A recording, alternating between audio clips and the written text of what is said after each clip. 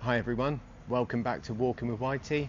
My name's Simon and today I'm super excited to be doing an out of the packet initial setup of my brand new tent. Now this tent is a very sought after tent. I've had this on pre-order for a while now and it's just come through the post this morning just in time for a 2-night X-bed I've got planned on Dartmoor. So the tent I'm going to be looking at, still in its packaging, is the Durston X-Mid 1 Solid 2025 version. So let's open it up and have a look.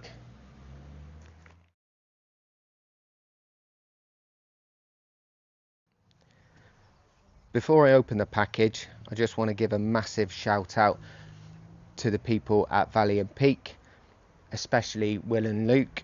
They have been an amazing help throughout the whole process of purchasing this tent. As soon as I pre-ordered it, I have been literally hounding them with emails asking for progress on shipping and getting through customs because it comes from Canada, and they have been brilliant. So I'm sorry for pestering you so much, but you guys are brilliant, so thanks very much. Also, I bought my Big Agnes sleeping mat from this company as well, and the first one didn't even turn up. It got lost in the post. I emailed them and within 24 hours I had another one sent to my door. So a very good company to work with, highly recommended. So let's open the package and see what we got inside. So on opening the outer package, as you can see, the tent is in another package of its own, and on the front there it's got X-Mid 1 solid inner, X-Mid 1 solid fly. On opening the clear package, as you can see, you've got the bag which houses the inner and the outer fly. That is 25 centimeters long by approximately 15 centimeters wide, and that will scrunch down a little bit lower.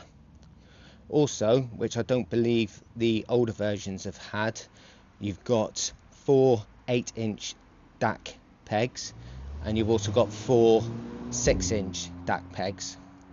But a nice little touch is the little packet of Skittles you get as well. So the weight of the pegs, as you can see there, is 96 grams. And the total weight, including the inner and outer and the pegs, is 1003 grams. Oh, those Skittles were nice. Okay, let's open it up and have a look inside. So opening the main bag, you've got the outer fly and you've got the solid inner. Now apparently the best way to put this up the first time of getting it is to get the outer fly, lay it out flat, peg out the 4 corners and then erect it from there. So let's try that first. So I've got my 4 6-inch DAC pegs. Let's give it a go. Okay, so that's pegged out in a rectangular shape.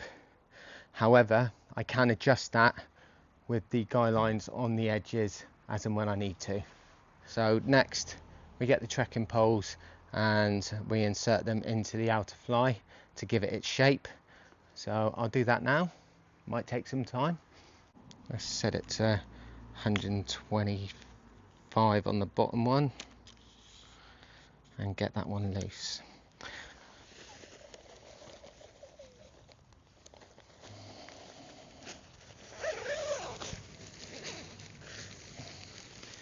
Right, so apparently we're looking for a recess here, and there it is. So the trekking pole goes into that recess and then you just extend until it becomes taut and then you lock it off. So that's the first one. Now we do the same for the second one.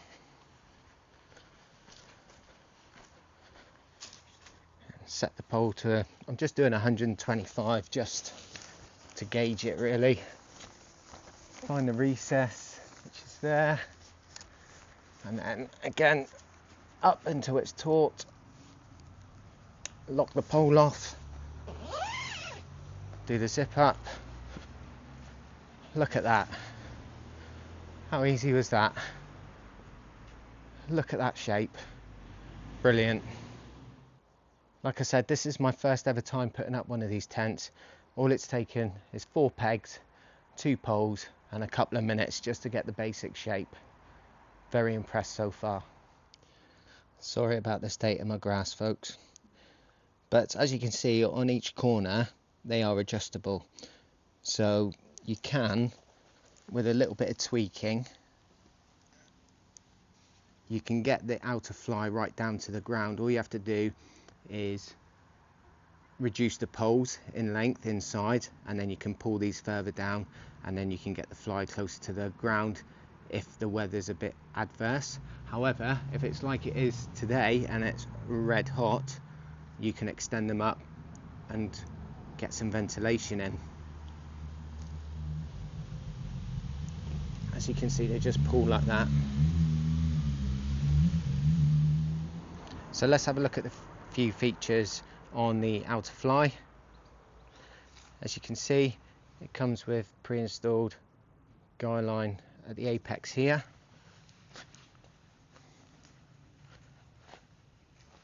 And here. Underneath both guy lines is a venting point here, which is velcroed.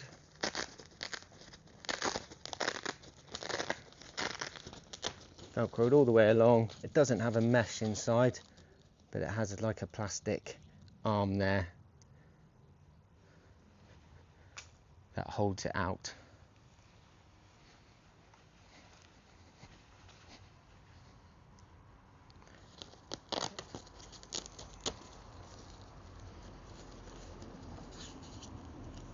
Same there.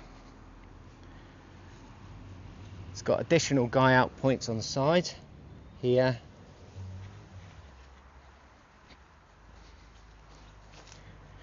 and here.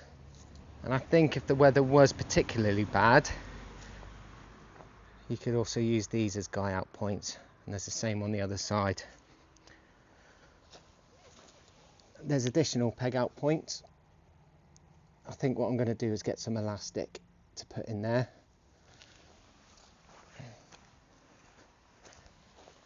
Another additional peg out point there.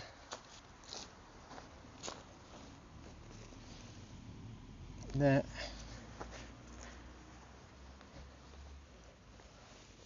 And there. Okay, so let's open it up, have a look inside. So apparently you can unzip this, roll it up, and there's a magnetic feature that holds the door in place. So let's have a look at that now.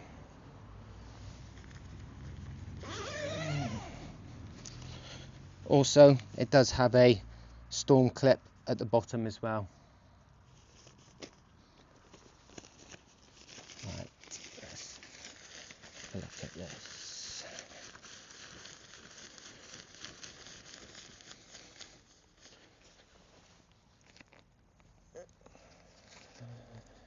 Oh, there it is. Ah, there you go. Okay, so there's a little magnetic clip there that holds the door in place.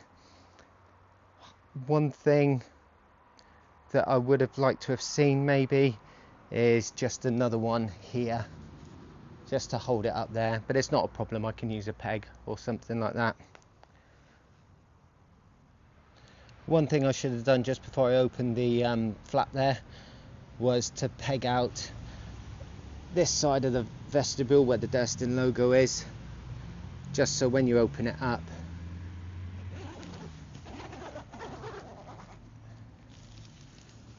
it kind of stays in place.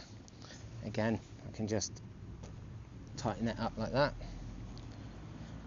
and then I'll roll that back up. Next is the solid inner fly. I'm just going to figure out how to set it up for the first time, so bear with me while I go in and do it.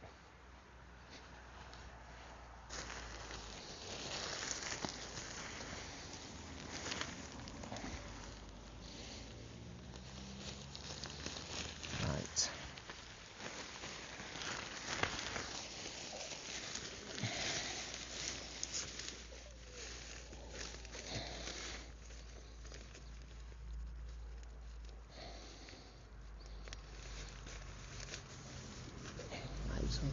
guessing that goes up there.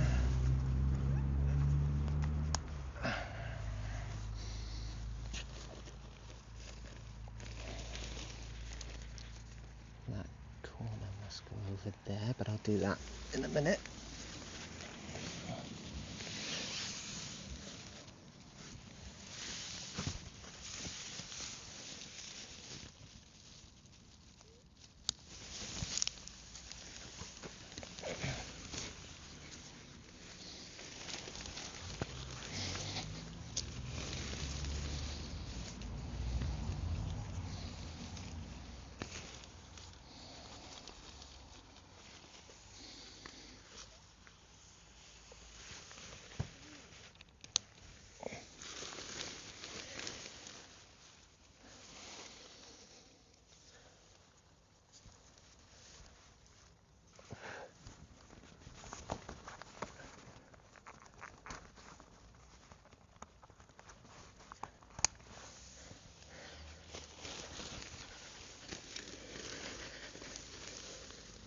Actually, very easy.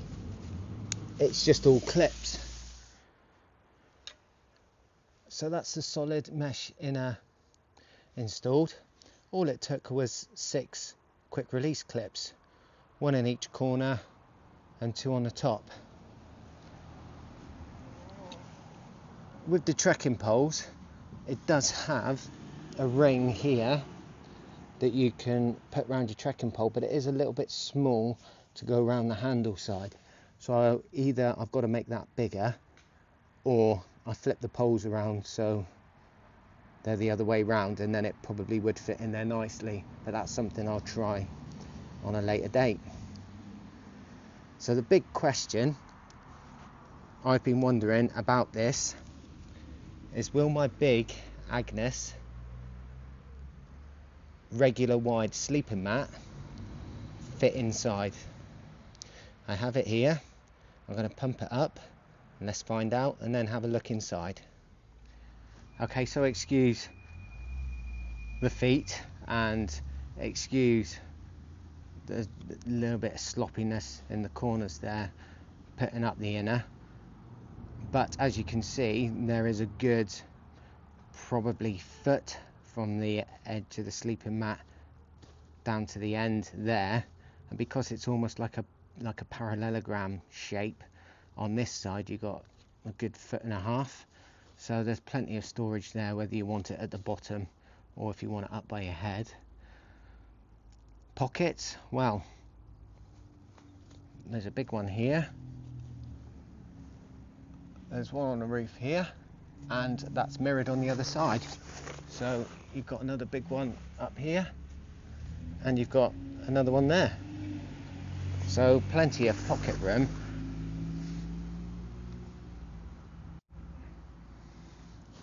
I'm really impressed with this. I got it because of the vestibule sizes, and there's 2 vestibules, and I got it for the weight, and I got it for the potential height and room for a 1 person, and it's ticking all those boxes. I'm really impressed with it so far.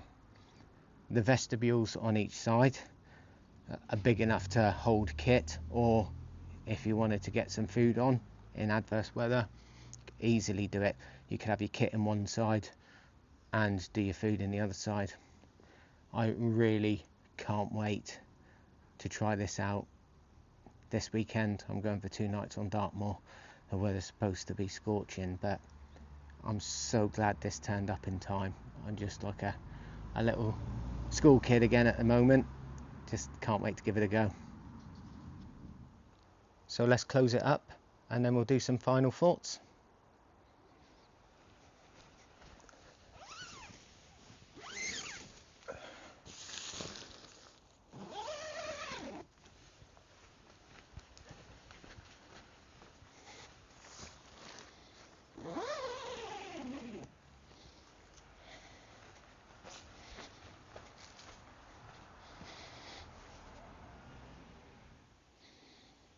Okay, like I said in my first ever video, I'm not an expert. I'm just starting out. So all I can do is give my honest opinion of this. I can't compare it to the first version of the X-Mid because I didn't own one. This, like I say, this is brand new from Valley and Peak, just arrived this morning. And what can I say? Super easy to pitch. Took minutes for someone who's never done it before. The amount of space that you have inside is unbelievable. The two vestibules are massive, plenty of room for you to sleep in the solid inner, plus put your kit in there as well if you want to. Plenty of extra guy out points and pegging out points for adverse weather. I have watched videos of this in 30-40 mile an hour winds, and with all the guy outs and the peg out points in, it fares really well. I am super excited to try it this weekend. Can't wait to get out on Dartmoor. Again, to the guys at Valley and Peak, thank you for your patience with me. I know I've been a pain emailing you for updates. The next time you'll see this, I'll be using it in anger on the moors. If you like this episode, please give it a like and subscribe to the channel. It'll be really nice to see you there. In the meantime, take care, stay safe, see you next time.